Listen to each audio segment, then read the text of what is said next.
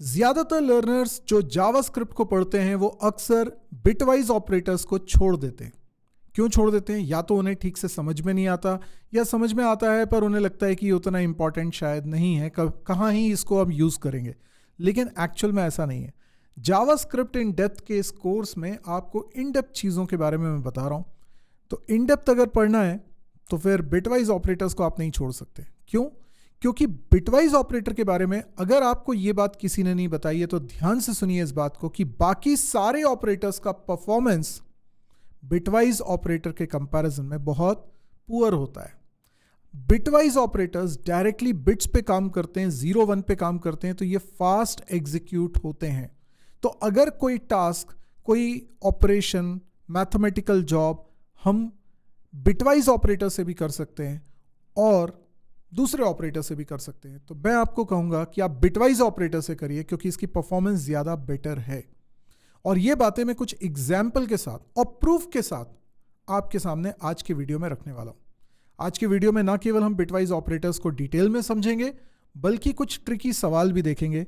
तो जब आप इस कोर्स को शिद्दत से कर ही रहे हैं तो पेन पेपर लेकर बैठ जाइए और चलिए शुरू करते हैं।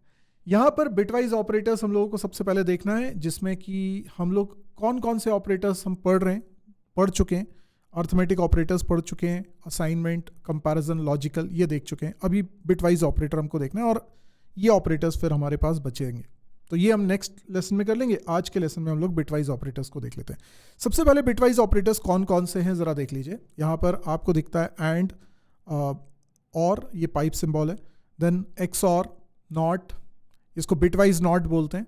ठीक है, आप देख रहे हैं ना, लॉजिकल एंड आपने समझा था, उसमें 2 बार एंड का सिंबल बना हुआ था, यहाँ 1 बार सिंबल बना है। इसी तरीके से और में भी है। अच्छा, नीचे लेफ्ट शिफ्ट है, राइट शिफ्ट है, और ये एक आपको नया ऑपरेटर दिख रहा होगा जिसको बोलते हैं अनसाइंड राइट शिफ्ट। तो इन ऑपरेटर्स के बारे में पढ़ना है। आप लोगों ने लॉजिक गेट्स पढ़े हुए, अगर लॉजिक गेट्स पढ़े हुए हैं तो ये आपको जल्दी समझ में आ जाएगा। लॉजिक गेट्स में क्या होता था? एंड गेट की अगर हम बात करें तो एंड गेट में 2 इनपुट लाइन्स होती थी और एक आउटपुट लाइन होती थी। ये जो इनपुट लाइन्स हैं, इसमें अगर 0 ट्रैवल कर रहा है तो यहाँ से 0 निकलता था। इनफैक्ट इसका पूरा बिहेवियर को समझने के लिए हम लोग इस तरीके से देखते हैं कि 0 एंड 0 करेंगे तो 0 आएगा, 0 एंड 1 करेंगे 0 आएगा, 1 एंड 0 करेंगे 0 आएगा, एंड 1 एंड 1 करेंगे तो 1 आएगा। जिसका मतलब ये हुआ इन शॉर्ट कि दोनों 1 है तभी 1 आएगा, अदरवाइज हमेशा 0 आएगा। इसी तरीके से और का बिहेवियर देखिए, दोनों 0 है तभी 0 आएगा, वरना एक भी 1 है तो रिजल्ट ऑलवेज 1 आने वाला है। इसी तरीके से XOR को देखिए, जिसका मतलब होता है एक्सक्लूसिव और। तो एक्सक्लूसिव और गेट में आपने क्या पढ़ा था कि दोनों जब अपोजिट होंगे, एक 0 एक 1 होगा तो रिजल्ट 1 आएगा, यानी एक्सक्लूसिवली कोई एक, तो एक 1 है एक 0 है तो रिजल्ट 1 आएगा। लेकिन अगर दोनों सेम है, जैसे दोनों 0 हुए या दोनों 1 हुए, तो रिजल्ट 0 आने वाला है। इसके अलावा बिटवाइज नॉट क्या करता है? इन्वर्ट करता है, 1 है तो 0 बना देता है, 0 है तो 1 बना देता है। ये बेसिक बिहेवियर अगर हमको पता है तो हमारे लिए चीज़ें बहुत आसान हो जाने वाली हैं। चलिए अब इसकी थोड़ी सी प्रैक्टिस करते हैं, तब जाके हमें चीज़ें समझ में आएंगी कि एंड ऑपरेटर किस तरीके से काम करता है। तो हम लोग चलते हैं कोडिंग विंडो पे। कोडिंग विंडो पे हम यहाँ पर एक वेरिएबल बना रहे हैं, लेट से लेट ए, और इस वेरिएबल के अंदर मैं असाइन कर रहा हूँ 25, या और थोड़ी छोटी वैल्यू ले लेता हूँ, और किसके साथ एंड कर दें? मान लीजिए कि मैंने कर दिया 10 के साथ एंड। तो मैंने 2 नंबर्स लिखे हैं 12 और 10, इन दोनों के बीच में आपको एंड ऑपरेशन करना है। अब एंड ऑपरेशन कैसे होगा? पहले इसका हम लॉजिक समझते हैं कि ये कैसे होता है। ये जो ए की वैल्यू है वो क्या होने वाली है, यही हमें पता करना है, और ये मैं प्रिंट कराऊंगा console.log। पहले प्रिंट करा के बताता हूँ, फिर मैं बताता हूँ कि ये कैसे होता है। तो मैंने यहाँ पे लिखा node my script। आप देख सकते हैं आंसर 8 आ रहा है, पर 8 क्यों आ रहा है अब इसको समझिए। सबसे पहले 12 का हम बाइनरी करेंगे। तो पहला रूल जो आपको याद रखना है बिटवाइज ऑपरेटर में, जावास्क्रिप्ट के अंदर जो भी डेटा आप यहां लिखोगे, जो भी नंबर आप यहां पे लिखोगे, उसको वो 32 बिट इंटीजर में कन्वर्ट करता है। फ्लोटिंग पॉइंट वैल्यू होगी तो उसे भी वो 32 बिट इंटीजर में कन्वर्ट करेगा, तभी बिटवाइज ऑपरेटर को वो अप्लाई करता है। तो bitwise operators always 32 bit integer पे ही काम करते हैं। अब यहाँ पे ये जो 12 है ना, इसका बाइनरी अगर हम करेंगे 32 बिट्स में, 1 बिट मतलब 0 या 1, तो 32 बिट्स का मतलब क्या हो गया? बहुत सारे 0 लिख रहा हूँ मैं, 24 से ज़्यादा 0 बना दिए, 28 0 लिख लिया। अब 32 बिट में 4 और बचे ना, तो 12 का बाइनरी होता है 1100। सो एक्चुअल में 12 का बाइनरी तो होता है 1100, लेकिन इसको 32 बिट में जब रिप्रेजेंट करोगे तो वो इस तरीके से आपको दिखाई देगा। अगर आपको ये काउंट करने में दिक्कत जा रही है तो आप इसको 8 के ग्रुप में कर लो, तो क्या होगा कि ये समझने में थोड़ा ईजी हो जाएगा। 8 बिट्स मैंने लिख दिया है। अब इसी तरीके से आप 10 का भी बाइनरी करेंगे। 10 का जब बाइनरी करेंगे अगेन 32 बिट में लिखेंगे। कोई पूछता है कि सर 32 बिट में ही क्यों लिखना है, क्योंकि जावास्क्रिप्ट 32 बिट में ही रिप्रेजेंट कर रहा है इस नंबर को, तो वही समझ रहे हैं जो जावास्क्रिप्ट करती है। अब 10 का बाइनरी होता है 1010, ठीक है। अब ये बाइनरी वगैरह कन्वर्जन आपको नहीं आता है ना, तो आप मेरे चैनल पे ही ये वीडियोस भी देख सकते हैं कि कैसे हम कन्वर्जन करते हैं, ठीक है। तो आप सर्च कर लीजिएगा। बाय द वे यहाँ पर आपको परफॉर्म करना है एंड ऑपरेशन। अभी मैंने एंड ऑपरेशन के बारे में क्या बताया, दोनों 1 है तो रिजल्ट 1 आएगा, अदरवाइज ऑलवेज 0 आएगा। तो इनके बीच में एंड ऑपरेशन करना है मुझे। अब आपको ये देखना है कि ऊपर नीचे जो करस्पॉन्डिंग बिट्स हैं, जैसे ये 0 और ये 0, तो 0 एंड 0 दिस विल बिकम 0, फिर 0 एंड 0 0, तो ये सारे तो 0 ही आने वाले, ये सारे 0 आने। ऊपर नीचे जो बिट्स लिखी हैं उनके बीच में एंड ऑपरेशन आपको परफॉर्म करना है, और ये सारे भी 0 हो गए। अब ये 1 एंड 1 क्या हो जाएगा, 1 हो जाएगा।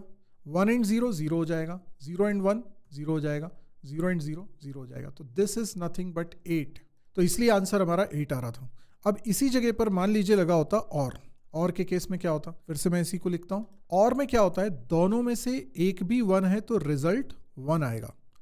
तो आप देख लीजिए कि नीचे तो बहुत सारे 0 पहले आने वाले हैं, और उसके बाद 1 और 1 होता है, दोनों में से एक भी 1 है तो 1 आएगा। तो ये नंबर क्या बनने वाला है, ये बनने वाला है 14, आंसर आ गया 14।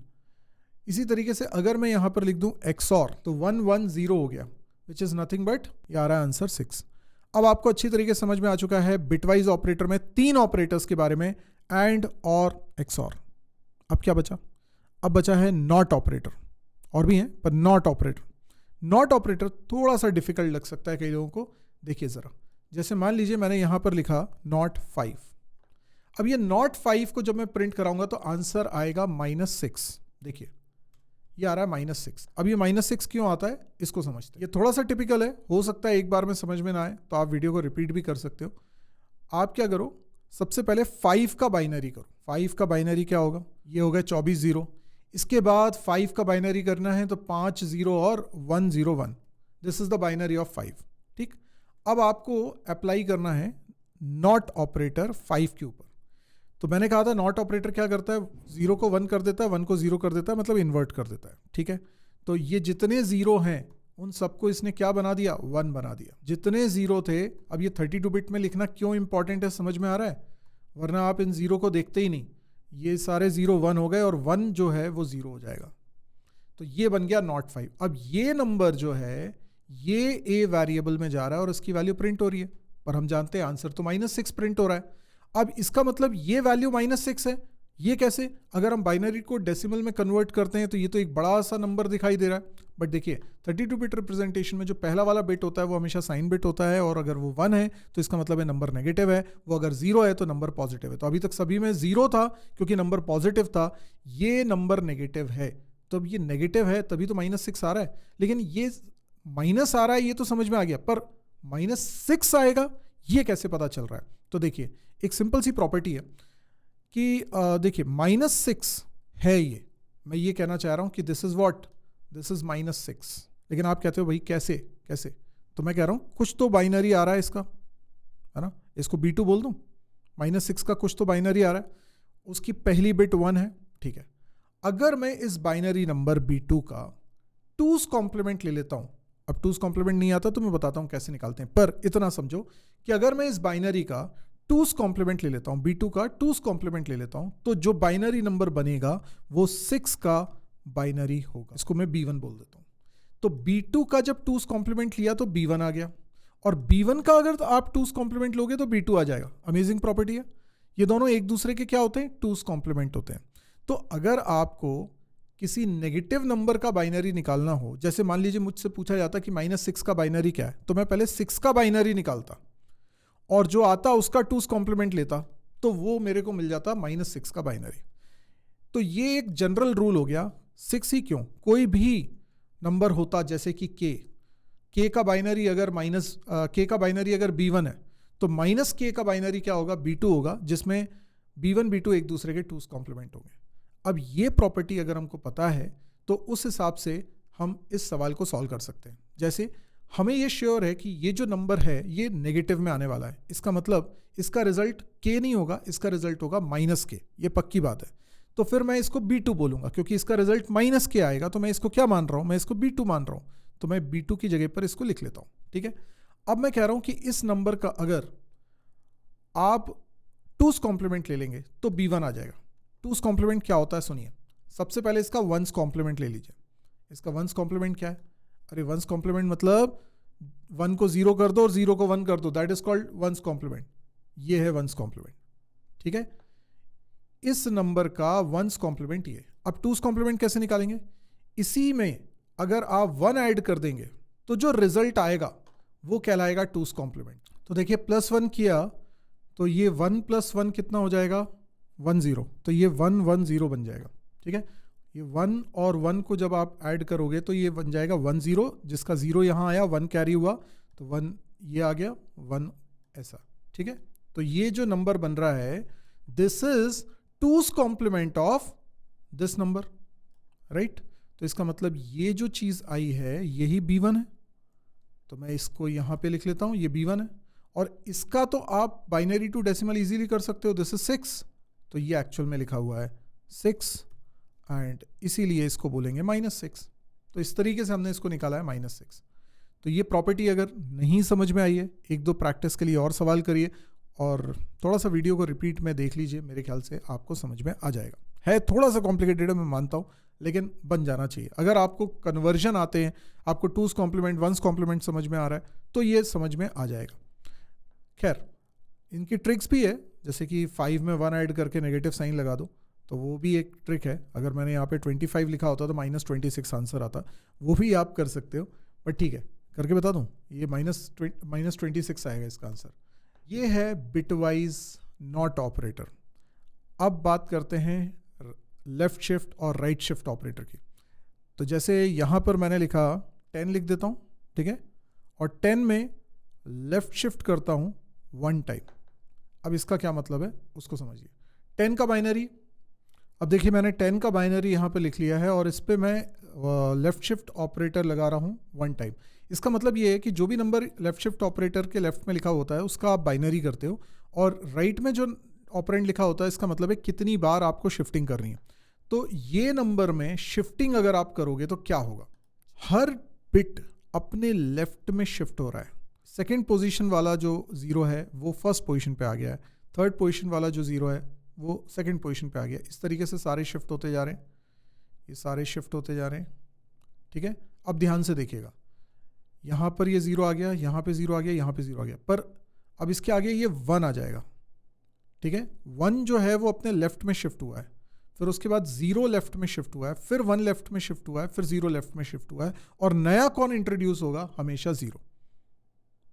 तो जो सबसे लेफ्ट मोस्ट वाला 0 था ना, वो शिफ्ट होके गायब ही हो गया है, लेकिन जो राइट मोस्ट है, जगह वैकेंट बन रही है, वहां पे एक नया 0 इंट्रोड्यूस हुआ। अब आप सोचिए कि ये वाला नंबर क्या है, ये वाला नंबर है 20, राइट। इजीली आप कैलकुलेट कर सकते हो, 16 + 4 दिस इज 20। अगर मैं इसको प्रिंट कराऊं तो आंसर आना चाहिए 20। इनफैक्ट अगर मैं ये 2 बार शिफ्टिंग करवा दूं ना, 2 बार शिफ्टिंग करवा दूं तो क्या होगा, यहाँ पे एक और ये लेफ्ट में शिफ्ट हो जाएगा और यहाँ 0 आ जाएगा। इसका मतलब ये हो जाएगा 40। ये हमेशा क्या होता है, पिछले वाले से ट्वाइस हो जाता है।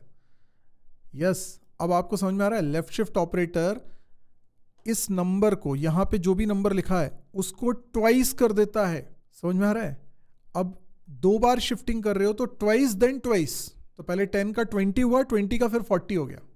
तो अगर मैं यहां पर 5 लिख दूंगा तो क्या होगा, तो 5 बार करेंगे, 10 का डबल करेंगे तो 20, 20 का डबल करेंगे 40, 40 का डबल करेंगे 80, 80 का डबल करेंगे 160, 160 का डबल करेंगे 320, तो इट विल बी 320। देख रहे हो, तो ये कितना बढ़िया कैलकुलेशन है।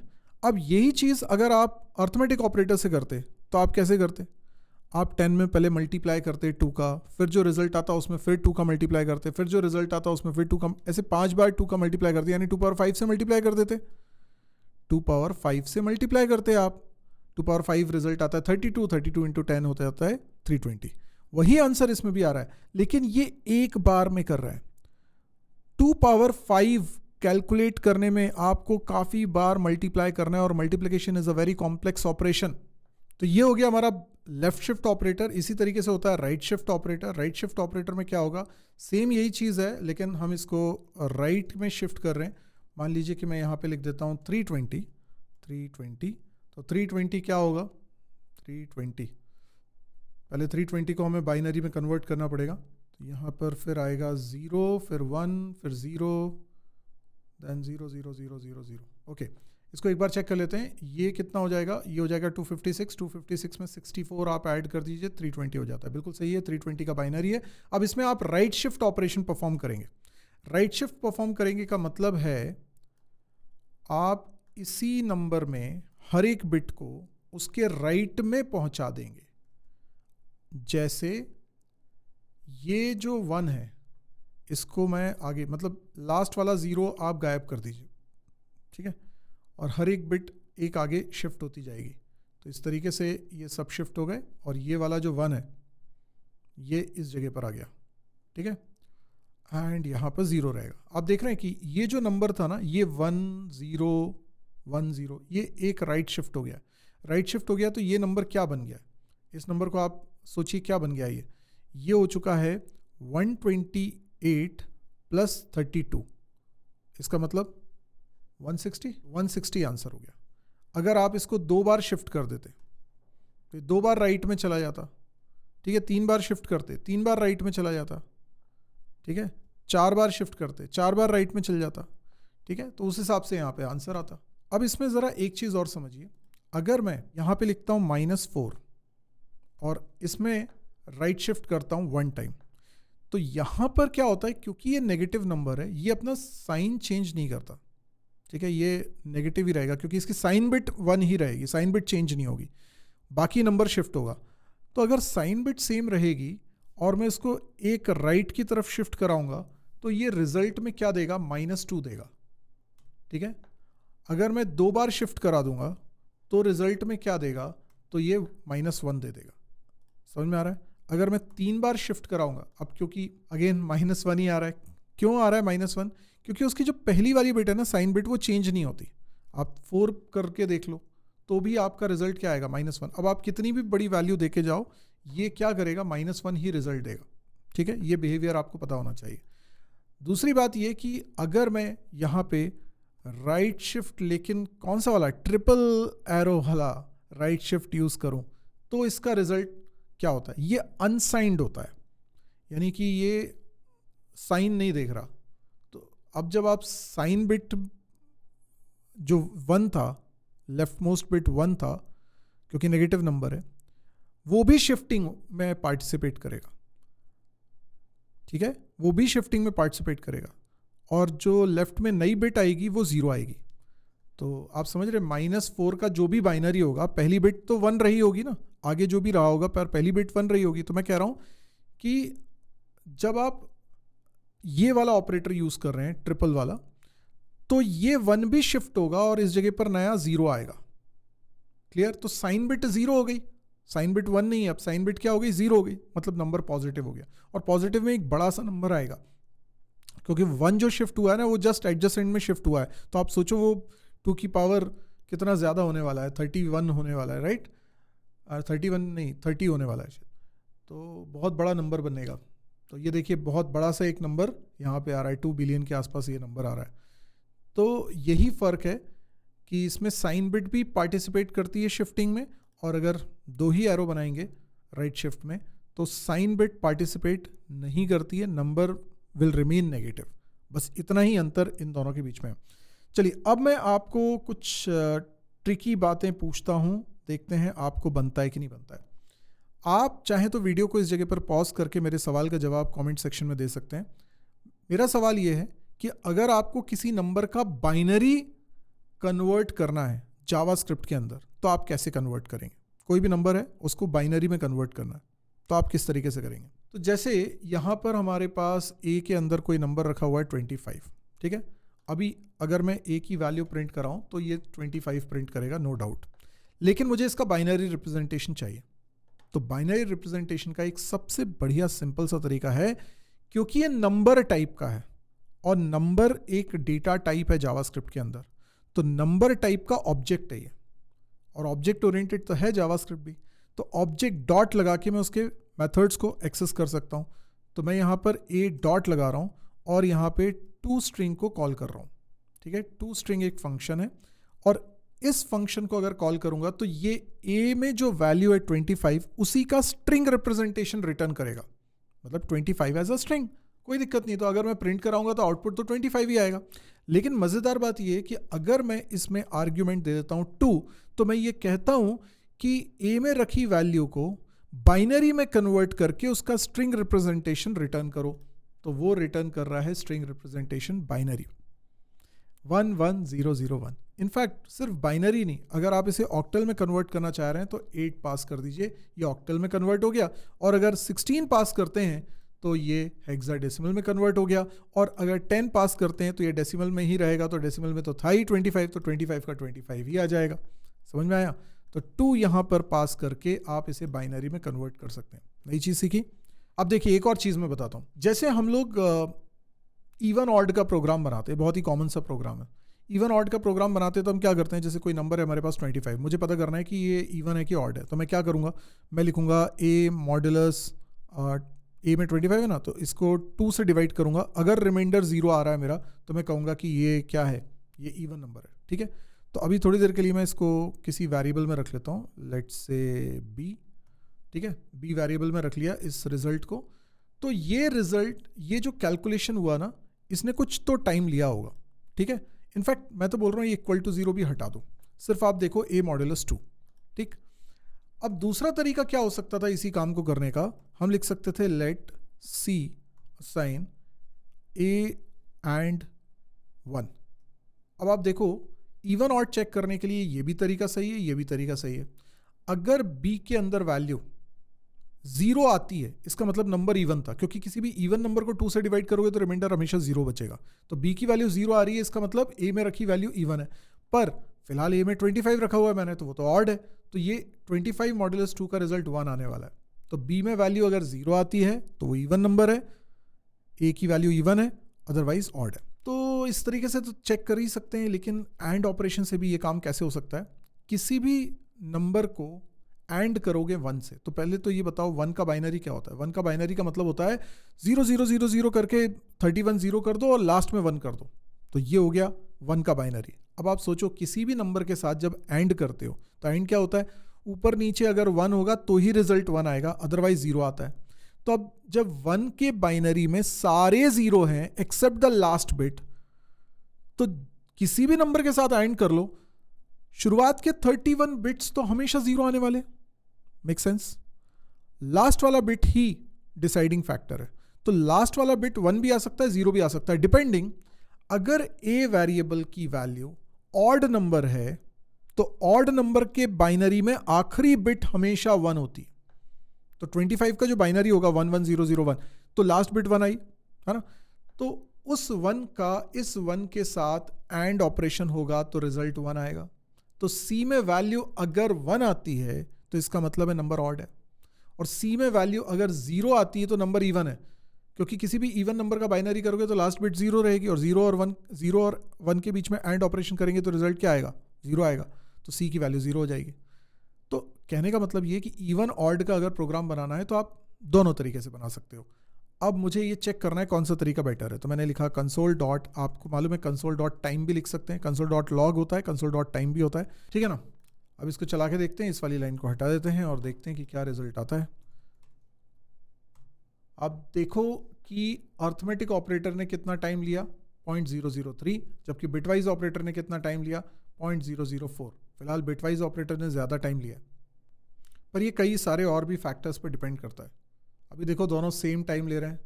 ठीक है, अभी क्या हो रहा है, अभी अर्थमेटिक ऑपरेटर ने ज़्यादा टाइम ले लिया, बिटवाइज ऑपरेटर ने कम टाइम ले लिया। ठीक है, सो अगर हम ज़्यादातर चेक करेंगे ना तो अर्थमेटिक ऑपरेटर ज़्यादा टाइम लेगा। पर अभी क्या हो रहा है ना कि ये सिर्फ एक ऑपरेशन है।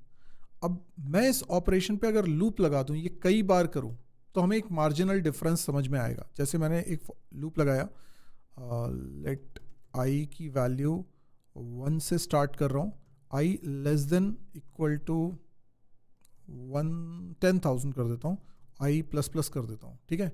और उसके अंदर ये स्टेटमेंट है, पर देखो लेट बार बार नहीं चलेगा, तो लेट एक बार कर दो आप लेट बी, ठीक है, और इसी तरीके से कर दो लेट सी, ठीक है ना। यहाँ डिक्लेयर कर दिया हमने, और यहाँ पे रीडिक्लेरेशन के कारण वो एरर दे रहा है। यहाँ पर भी मैं लूप लगा लेता हूँ, ये मैंने लूप लगाया, और देखिए अभी लूप पढ़ा नहीं है आपने, ठीक है। बेसिकली मैं सेम ऑपरेशन को रिपीट कर रहा हूँ। अब देखो मैं रन कर रहा हूँ, तो आपको पता चलेगा कि अर्थमेटिक ऑपरेटर कितना टाइम ले रहा है, 0.099 मिली सेकेंड्स, जबकि बिटवाइज ऑपरेटर 0.07 मिली सेकेंड ले रहा है। आप कंपेयर करो, अर्थमेटिक ऑपरेटर ने ज़्यादा टाइम लिया है। फिर चलाता हूँ, अभी आप दोबारा भी देख रहे हो, मतलब देखो क्या था ना, एक बार जब ऑपरेशन हो रहा है तब आप कंपेयर कर रहे हो तो उतना एक्यूरेटली पता नहीं चल रहा है, लेकिन जब आपने लूप लगाया तो हम ये कह रहे हैं कि ये सेम ऑपरेशन अगर मैं बहुत बार करूं, सेम ऑपरेशन कई बार करूं, तो हमें डिफरेंस समझ में आता है कि मॉडुलस ऑपरेटर ज़्यादा टाइम ले रहा है, बिटवाइज ऑपरेटर कम टाइम ले रहा है। तो bitwise operator usually fast work करता है, और ये काफ़ी डिफरेंस है, जैसा ये दिख रहा है ना, काफ़ी डिफरेंस है। अब ये कई सारे फैक्टर्स पे डिपेंड करता है। यहाँ 0.1 ज़्यादा है, 0.083 कम है, तो अर्थमेटिक ऑपरेटर ज़्यादा टाइम ले रहा है। और इनफैक्ट जितनी बार मैं रन कर रहा हूँ उतनी बार मुझे यही प्रूव हो रहा है। एक बार के ऑपरेशंस पे आप रिलाय मत करिए, लेकिन जैसे मैंने लूप लगा लिया, 10,000 टाइम चला दिया, हो सकता है कि मैं 10,000 नहीं और ज़्यादा बार चला दूँ। देखो 1 लाख टाइम्स चला रहा हूँ मैं, तो फिर टाइम लगना चाहिए ना। हाँ देखो 4.01 मिली सेकेंड लग रहा है, जबकि बिटवाइज ऑपरेटर को 0.0606 मिली सेकेंड लग रहा है। तो आपको समझ में आ रहा है कि अर्थमेटिक ऑपरेशंस ज्यादा समय लेते हैं, तो परफॉर्मेंस के लिए बिटवाइज ऑपरेटर को यूज करना ज्यादा बेटर चॉइस है। हालांकि जो मॉडर्न जावास्क्रिप्ट इंजन्स हैं, जैसे कि V8 इंजन, हम उसमें देखते हैं कि परफॉर्मेंस को बेटर करने के लिए कोड ऑप्टिमाइजेशन ऑलरेडी कंपाइलर करता है, तो काफ़ी हद तक तो वो कोड ऑप्टिमाइजेशन कर देता है। लेकिन एज अ प्रोग्रामर हमको भी कोशिश करनी चाहिए कि हम परफॉर्मेंट कोड लिख सकें, और ख़ास तौर पे जब बड़ा कोड होता है ना, जहाँ पे काफ़ी हैवी ऑपरेशंस होते हैं, वहाँ पे ये चीज़ें बहुत मैटर करती है। अब ये बहुत बेसिक बात है, अगर आपकी हैबिट में बिटवाइज ऑपरेटर को यूज़ करना आ गया तो आप अक्सर बिटवाइज ऑपरेटर यूज़ करोगे, विच मीन्स कि आप आदतन बेटर प्रोग्रामिंग कर रहे होगे। ठीक है, अब इससे भी मज़ेदार बात मैं आपको सिखाता हूँ, चलिए देखते हैं। जैसे मान लीजिए कोई नंबर आपके पास है 3.5, मैं आपसे कहता हूँ कि इसमें 0.5 हटाना है, सिर्फ इंटीजर वैल्यू मुझे चाहिए। अभी अगर मैं लिख रहा हूँ तो a के अंदर 3.5 आ रहा है, ठीक है ना, पर मैं चाह रहा हूँ कि इसमें सिर्फ जो इंटीजर पार्ट है ना वो रहे, फ्रैक्शनल पार्ट को रिमूव करना है। तो क्या तरीका है? अगर आप सोचते हो कि हमारे पास है math.floor, ठीक है, और उसमें a पास कर देंगे तो जो रिजल्ट आएगा वो 3 आएगा। बिल्कुल सही बात है, 3 तो आएगा। b में रख लेता हूँ मैं रिजल्ट को, और इस रिजल्ट को मैं प्रिंट भी करा देता हूँ कंसोल, और b की वैल्यू प्रिंट करा देता हूँ, ठीक है ना। देखो आंसर 3 जरूर आएगा, लेकिन जो हम करना चाह रहे हैं उसका ये सही तरीका नहीं है। क्योंकि हम क्या करना चाह रहे हैं, हम फ्रैक्शनल पार्ट को हटाना चाह रहे हैं, जो इंटीजर पार्ट दिख रहा है बस उतना बचे। तो अगर मान लीजिए -3.5 लिखा होता तो आंसर हम चाह रहे हैं -3 आए, फ्रैक्शनल पार्ट रिमूव हो जाए, लेकिन आंसर ये देगा -4, क्योंकि ये फ्लोर वैल्यू देता है। फ्लोर वैल्यू का मतलब क्या है? उससे जस्ट छोटी वैल्यू, उससे जस्ट छोटा इंटीजर। तो नंबर लाइन में जरा सोचिए नेगेटिव नंबर्स के बारे में कि -3.5 से जस्ट छोटा इंटीजर उसके लेफ्ट में मिलेगा, वो होगा -4, इसलिए आंसर -4 आया।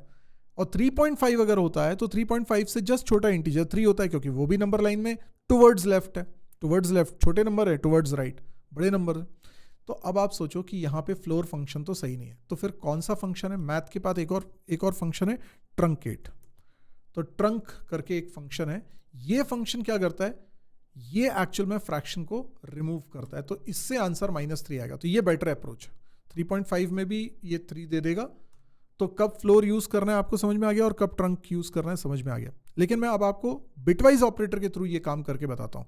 अगर हम मैथ डॉट ट्रंक का यूज ना करें, ठीक है, इसको मैं कमेंट कर देता हूं और मैं लिखूं let B assign not double not 3.5। तो ये क्या करेगा, ये इस 3.5 को कन्वर्ट कर देगा इसके इंटीजर पार्ट में, मतलब फ्रैक्शनल पार्ट को रिमूव कर देगा। This is a trick. और बिटवाइज ऑपरेटर है तो फास्ट काम करता है। ट्रंक फंक्शन को कॉल करोगे तो स्लो काम करेगा, ठीक है। अगर आपने यहाँ -3.5 भी लिखा होता, मतलब ठीक है मैंने यहाँ ए लिखना चाहिए था, चलो कोई दिक्कत नहीं, यहाँ पे -3.5 भी लिखता हूँ अगर, तो भी सही आंसर आ रहा है। मतलब जो ट्रंक फंक्शन कर रहा है वो ये भी कर रहा है। तो आप कहेंगे फिर हमें इसी को यूज़ करना चाहिए ना अगर इसकी परफॉर्मेंस अच्छी है। नहीं, देयर इज़ अ प्रॉब्लम।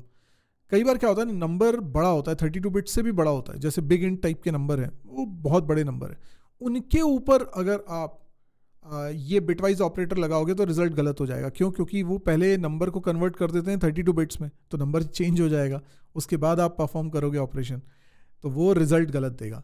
लेकिन ट्रंक फंक्शन उस केस में यूजफुल हो जाएगा क्योंकि वो सही आंसर देगा। तो बिग इंट जैसे है तो वहाँ पे आपको ध्यान रखना है। 32 बिट से बड़े जितने भी नंबर्स हैं ना, वहाँ पे आपको ध्यान रखना पड़ेगा। 32 बिट से छोटे नंबर है तो वहाँ पे आप इस बिटवाइज ऑपरेटर को यूज़ कर सकते हो। अच्छा, एक और चीज़ हम कर सकते हैं, जैसे अगर हमारे पास ए के अंदर वैल्यू है नल, तो ये नल को 0 में कन्वर्ट कर देगा। देखिए, अगर मैं नल की जगह यहाँ पर लिखता हूँ अनडिफाइंड, तो ये अनडिफाइंड को भी 0 में कन्वर्ट कर देगा। अगर मैं यहाँ पे लिखता हूँ NaN, तो ये उसको भी 0 में कन्वर्ट कर देगा। तो ये भी एक यूजेज इसका समझ में आता है। तो अब आपने बिटवाइज ऑपरेटर के बारे में काफ़ी कुछ चीज़ें सीखी, कुछ इंटरेस्टिंग भी लगी होंगी, कुछ थोड़ी कॉम्प्लिकेटेड भी लगी होंगी, लेकिन बिटवाइज ऑपरेटर है मज़ेदार, और इसके बारे में अगर जानकारी आपको होगी तो आप अच्छी परफॉर्मेंस वाला प्रोग्राम बना पाओगे। ऑपरेटर्स बहुत ताकतवर चीज़ है, और अगर आपको लग रहा है कि इस कोर्स में इन डेप्थ ये चीज़ें कवर हो रही हैं, तो आप वीडियो को लाइक करने के साथ साथ प्लीज़ शेयर भी करिए। शेयर करिए, चैनल को सब्सक्राइब करिए, और कमेंट देकर अपने सुझाव, अपनी फीलिंग्स भी बता सकते हैं जो इस कोर्स को लेकर आपको लगती है। क्योंकि जावास्क्रिप्ट के तो ढेर सारे कोर्सेज यूट्यूब पे आपको मिल जाएंगे, लेकिन इस पर्टिकुलर कोर्स के बारे में आपका क्या कहना है, आपके क्या विचार हैं, मैं कमेंट सेक्शन में ज़रूर पढ़ना चाहूँगा। तो आज के लिए इतना ही। नेक्स्ट लेसन में हम आगे के कुछ बचे हुए ऑपरेटर्स को और एक्सप्लोर करेंगे।